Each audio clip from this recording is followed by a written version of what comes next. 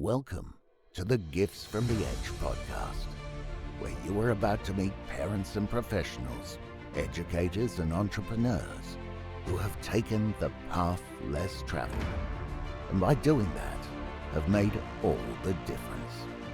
Now it's time to step out of the ordinary. Here's your host, Andrew Lord. Hello my friends, and welcome back to The Edge. Andrew Lord here with you, and I have just come off an exciting week at the Luminosity Youth Summit Port Macquarie, where I was delivering my Be the Change Masterclass. And as a part of that, I introduced myself to the young delegates, and I was reflecting back on the last 10 years that I have been involved in that summit. So, way back in 2014, is when I started. Let me go back a little bit further. 2009, I came back to teaching after an epic fail in my business and a genuine crisis moment in our lives. I won't go into that right now. You can read more about that in my book, which I've put a link to just below. But found my way into personalized learning, and it just became the thing that I loved. I became an expert in it, and I got rapidly promoted. I was managing staff. By 2012, I was winning awards for all the revolutionary work that I was doing in that space, in that personalized education space. 2013, got to executive level. 2014, it all came crashing down because of my rapid advance and my single-minded and sometimes irreverent focus to reform the system. I was asked to stop what I was doing, and it was put in such a way as, you need to stop doing this or you're going to have to leave.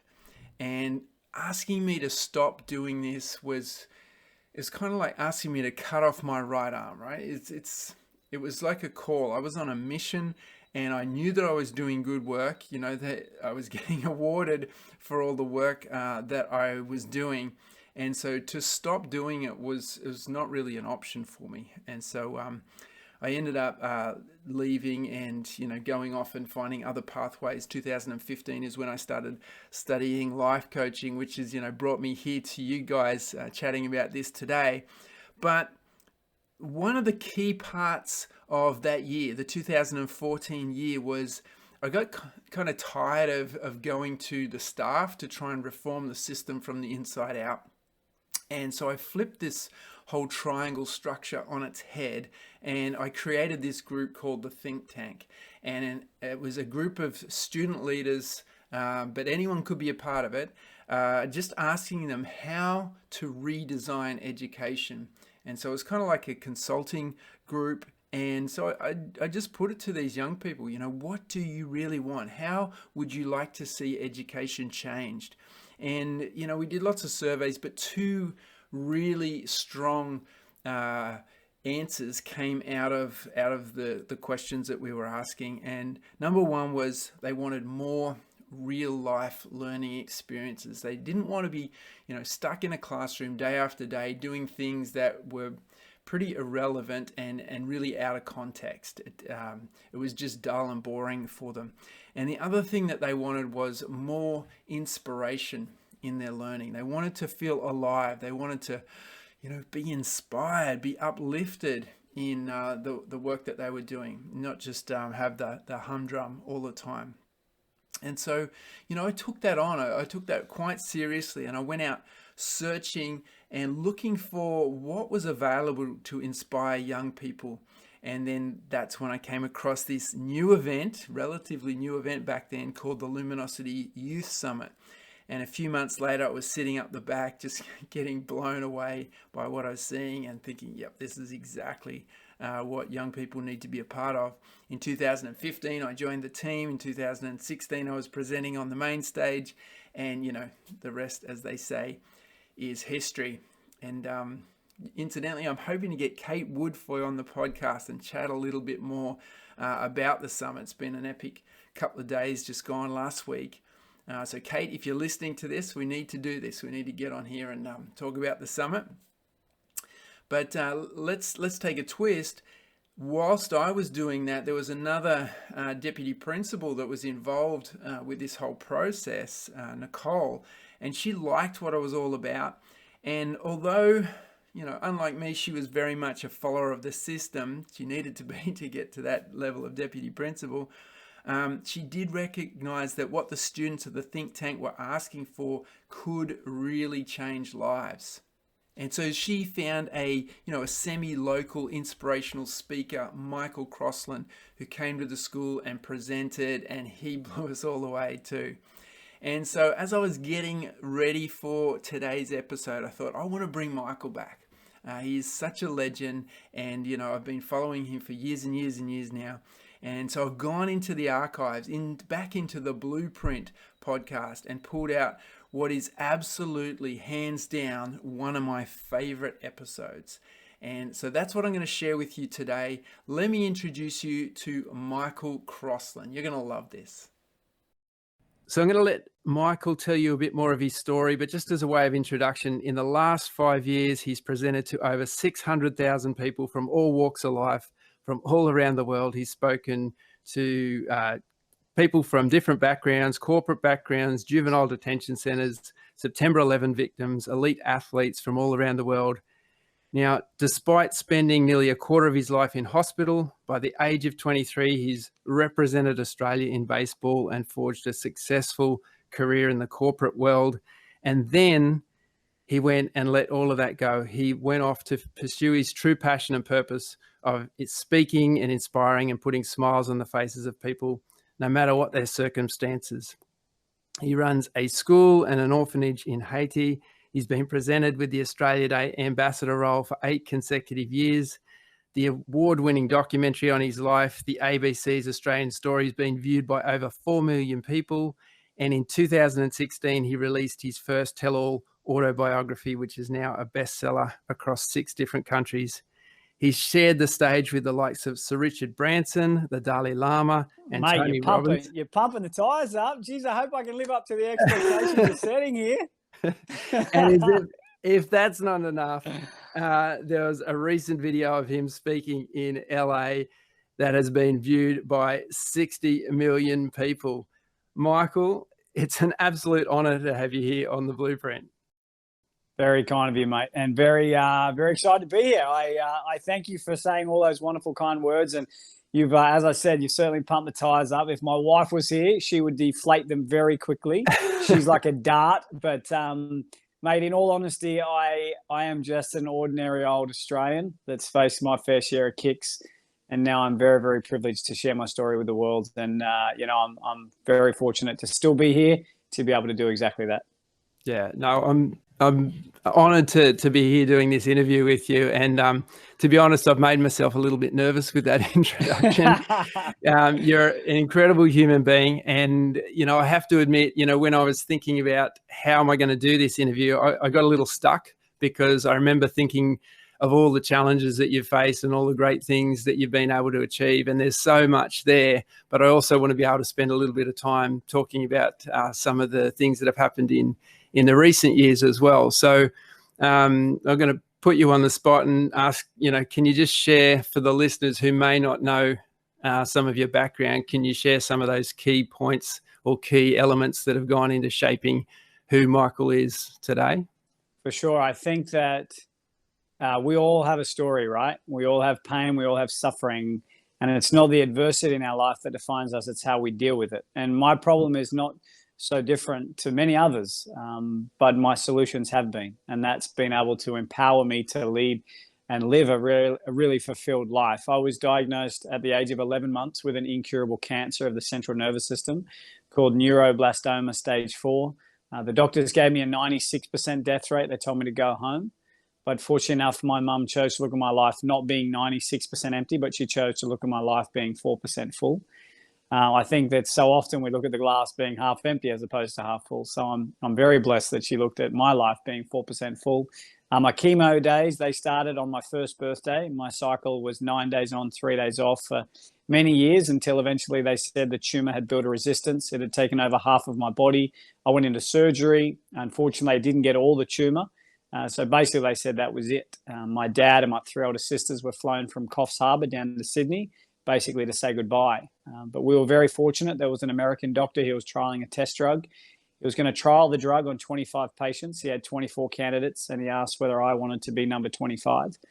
Obviously, my mum said yes, because I think outside of love, hope is one of the most powerful words in the English dictionary. And it gave us hope. We started the drug at 9 a.m. on Tuesday morning with 24 other families. Within one day, we were all transferred from the oncology ward to the burns unit. The after effects of this drug were so bad that we were completely covered from head to toe in blisters. What they would do is they would wrap us up in bandages and they would lie us in bars full of ice, trying to prevent our brains from frying. But sadly, 24 out of the 25 of us that were on that drug passed away. And I say to people all around the world that I'm one of the lucky ones. I never say I'm one of the lucky ones because I'm still alive. I say I'm one of the lucky ones because I wasn't my mum.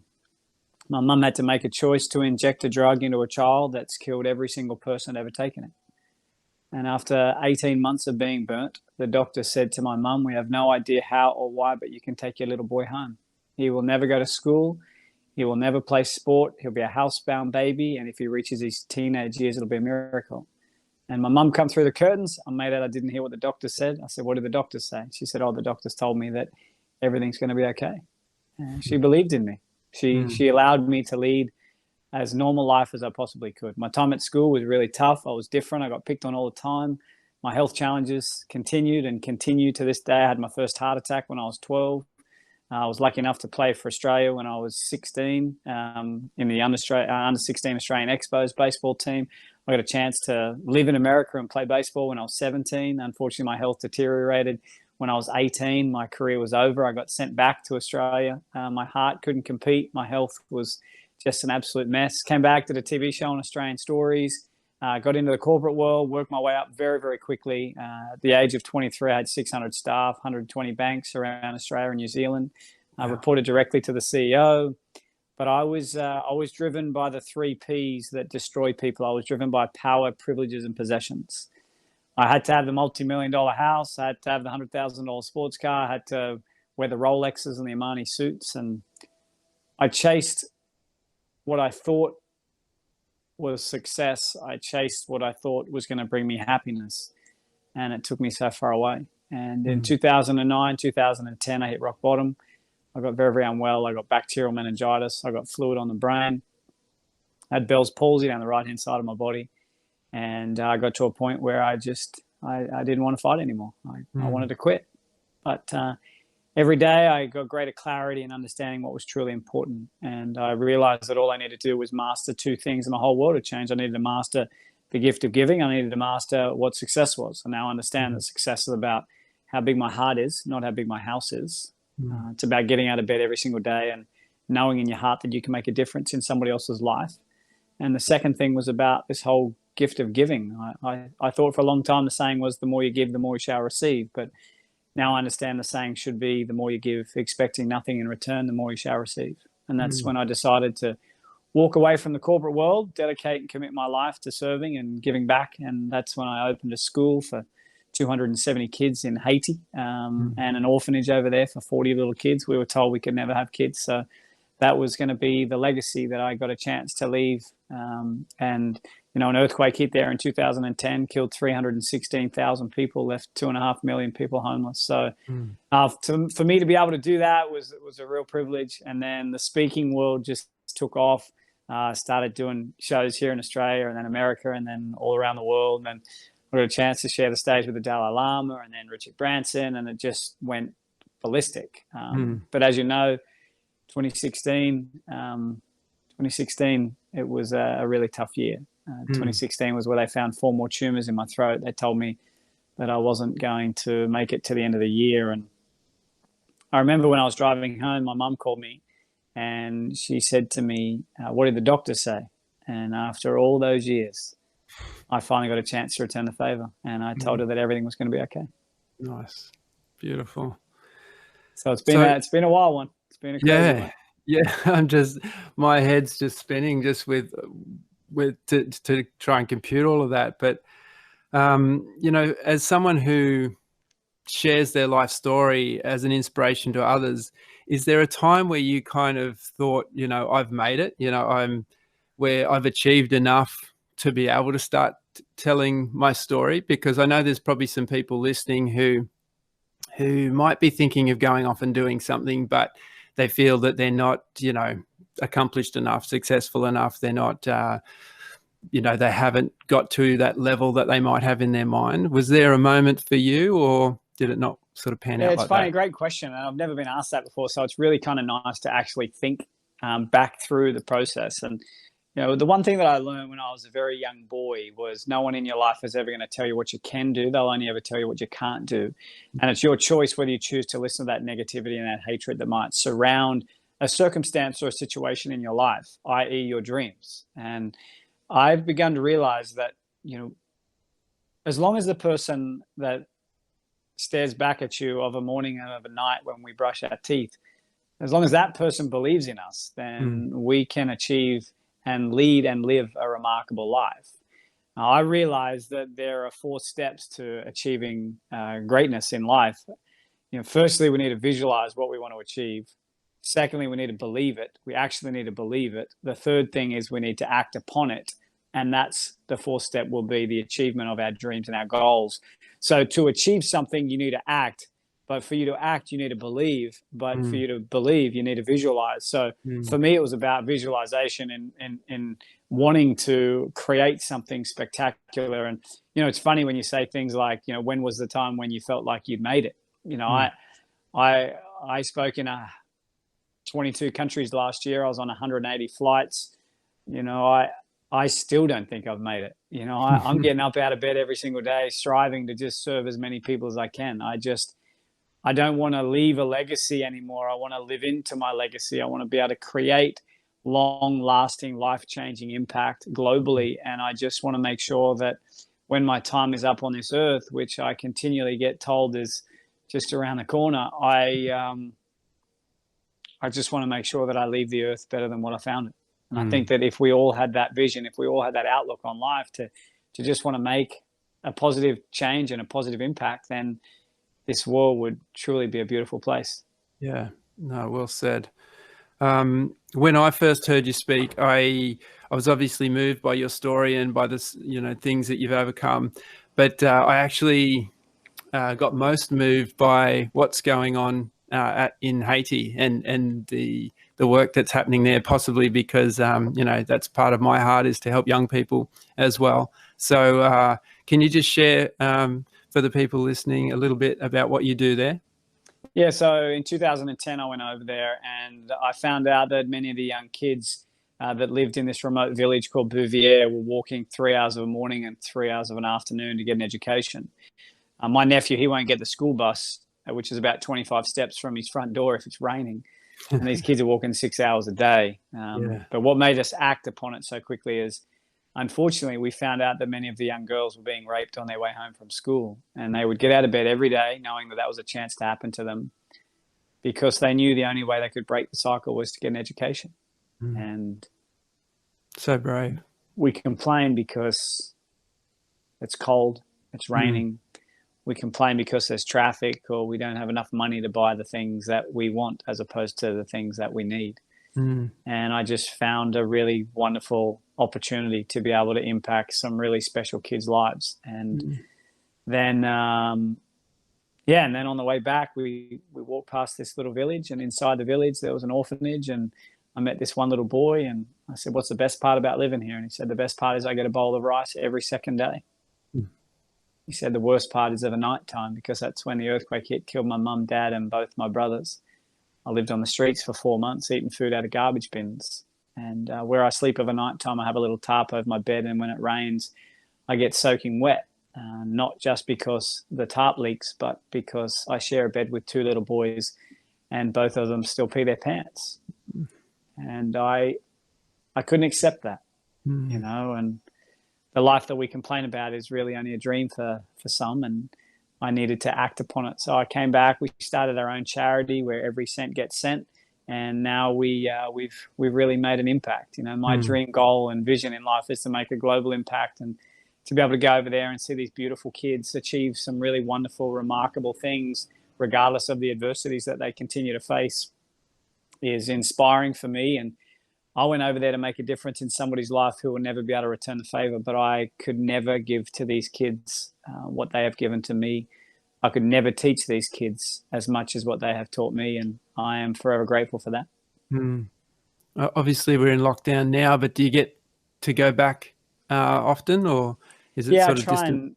I try and get over there 2 or 3 times a year. Obviously, my schedule is pretty insane when we're not in lockdown. I've been here for 15 weeks. I've got no immune system, so I can't go outside and be near people. So that's been a little challenging. When I'm a hugger, I'm a people person, so it's been a bit challenging. But it just demonstrates the importance and the power of the mind. And once we start to control that, and that's something that I've been working on a lot, it's really given me the ability to stay strong and to stay focused in ensuring that I can serve as many as I can.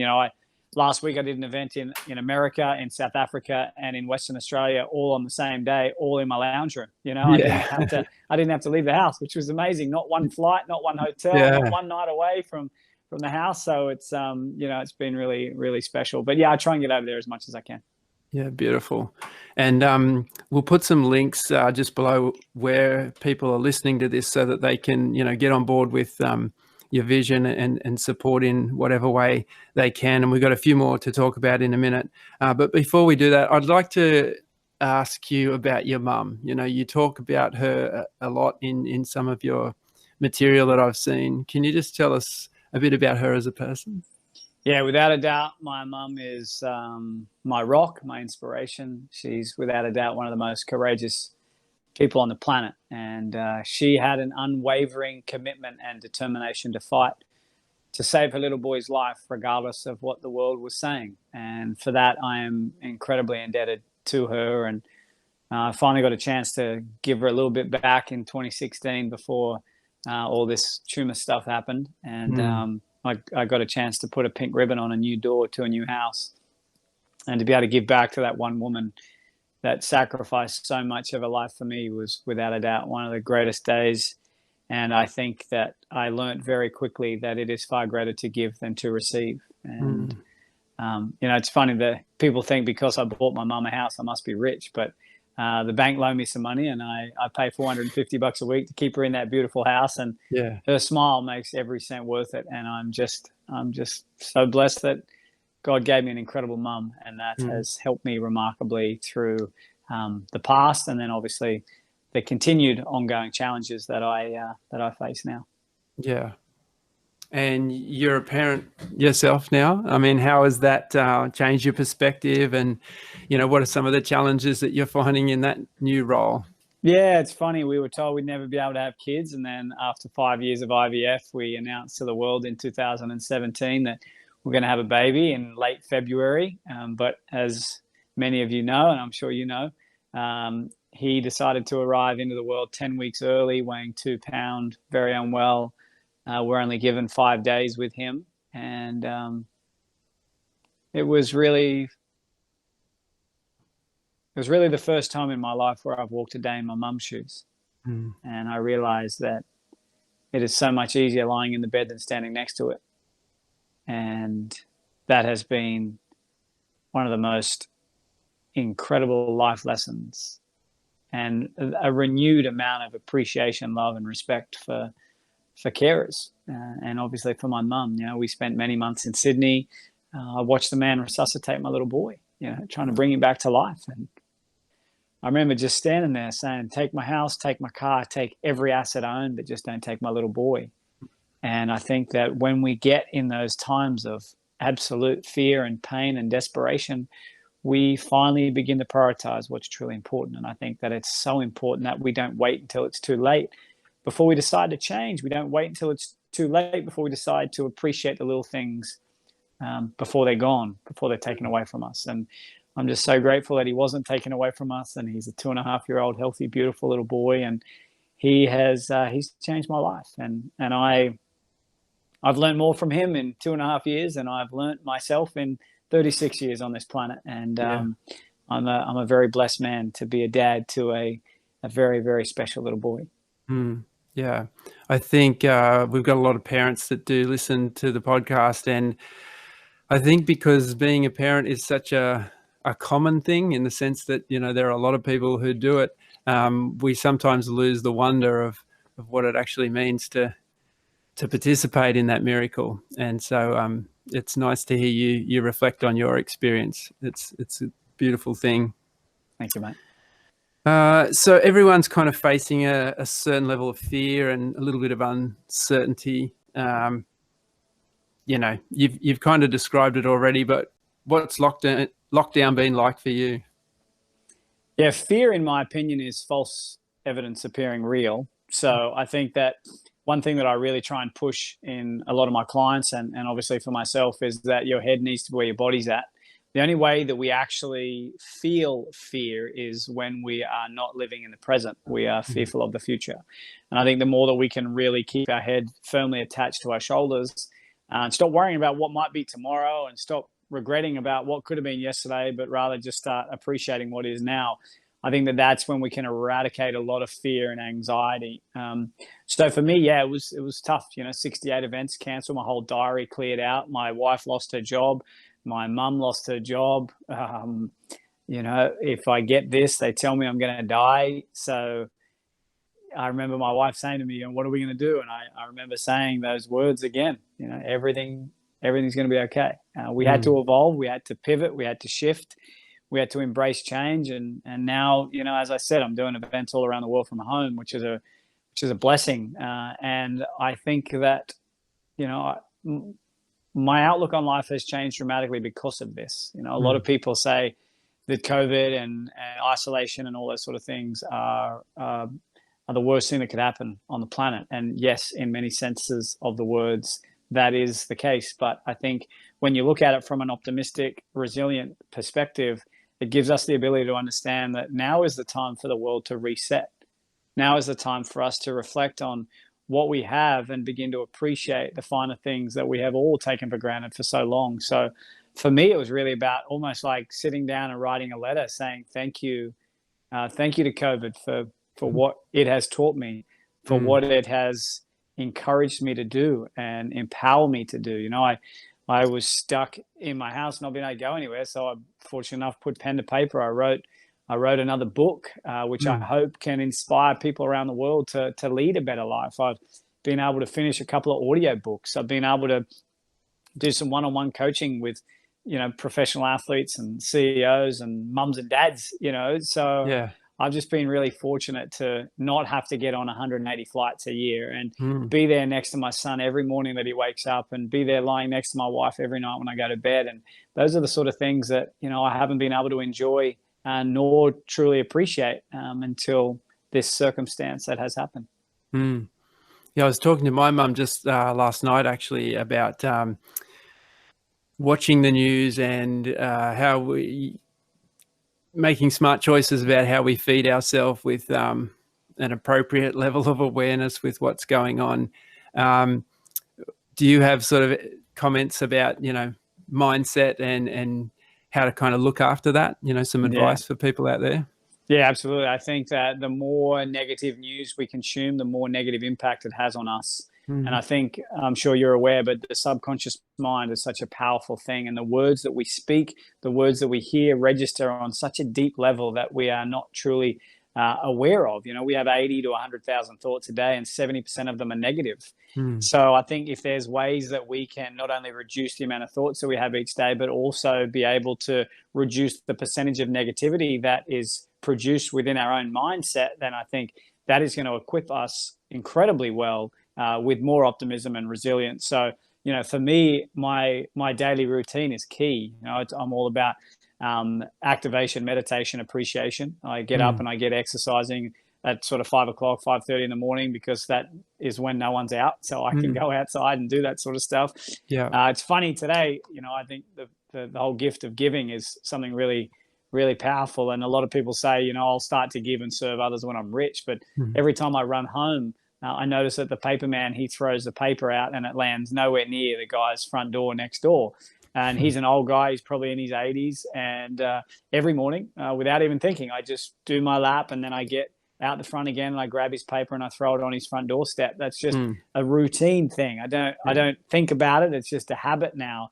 And it's just a little thing to, hopefully give him a little positive step of a morning that he doesn't need to stumble out with a walking stick. And then I go inside and I meditate for about 20 minutes to really slow down the mind. And then every morning and every night, I just write down 3 things that I'm truly grateful for. Because I think that if we start our day with exercise and clarity and appreciation, and we end our day with appreciation, I think that is a really powerful tool to be able to, again, that word, empower us to take control of what is going on between the ears, because it's not the things that are happening in the world that we are not in control of that are going to shift our lives. It's the things that we are in control of that we choose not to act upon. And I think that's where we need to focus our attention. Yeah, nice.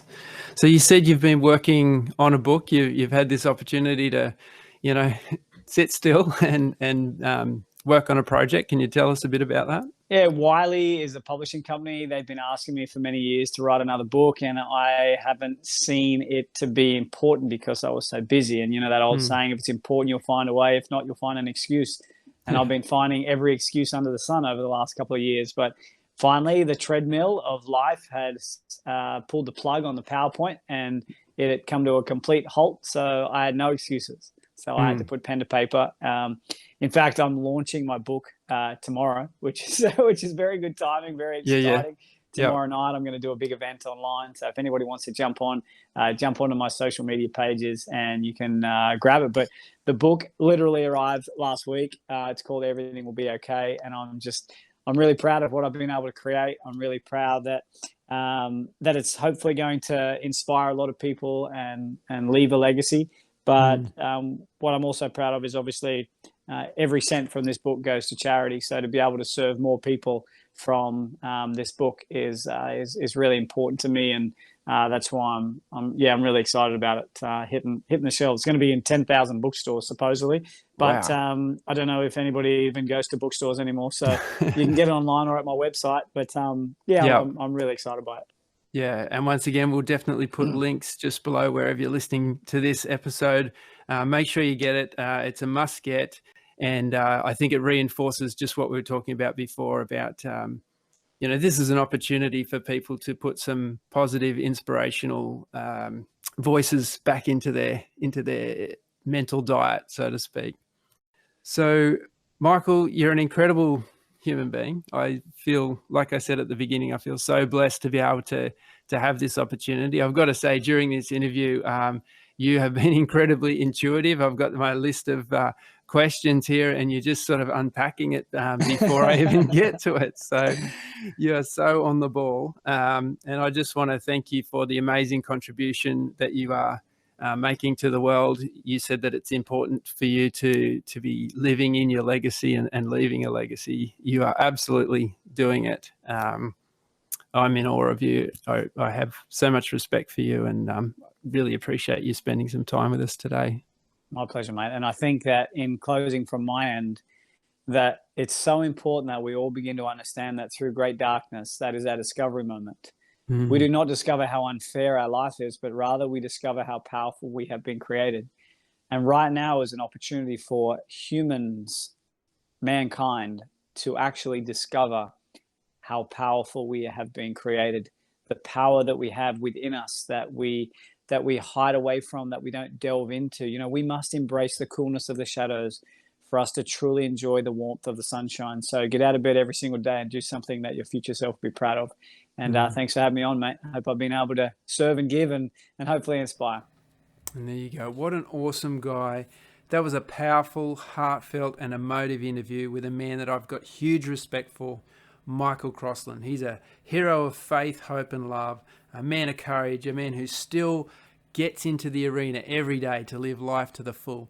And he's pointed out some key truths about what's really important in life. And as he said, sometimes it takes going to the edge of desperation and fear to find out what is truly important in our lives. But for those of us who haven't done that, either we haven't been pushed outside our comfort zone, or maybe we've just been lucky, in those moments, that's when we have to trust people like Michael, people who have been to the brink of annihilation, who have stared defeat and despair in the face and walked away knowing what is truly real and knowing what true success is. And we find that in the connections that we have and the people that we love. And having said that, Michael still has a winning formula. I'm not sure if you picked that up in the interview, but he still outlined there 4 steps, visualize, believe, take action, and then achieve. And he's also got, some recipes for success that he shared in there: activation, meditation, and appreciate. He shared how he started his days: exercise, meditation, gratitudes, and giving. And the giving was even, in such a small little way, but it showed what a winner does. It shows what a champion and a successful man does to start his day. And if I could come back to those 4 steps: visualize, believe, action, and achieve. Obviously, the first part of that is seeing, seeing in your mind and your heart what it is that you're called to do. Knowing what is that first step. What do I need to do? To be inspired literally means to breathe in, breathe in spirit. And so inspiration is a powerful first step for anyone who wants to achieve something and have an impact in their lives, leave a legacy. So I want to encourage anyone listening to this interview to go out, grab a copy of Michael's new book, Everything Will Be Okay. We all need inspiration. We all need some good news, possibly now more than ever. So go out and grab a copy, click on one of the links below, or just go and visit michaelcrossland.com to find out more. Okay, that's all from me for now. I look forward to catching you next time. Bye for now.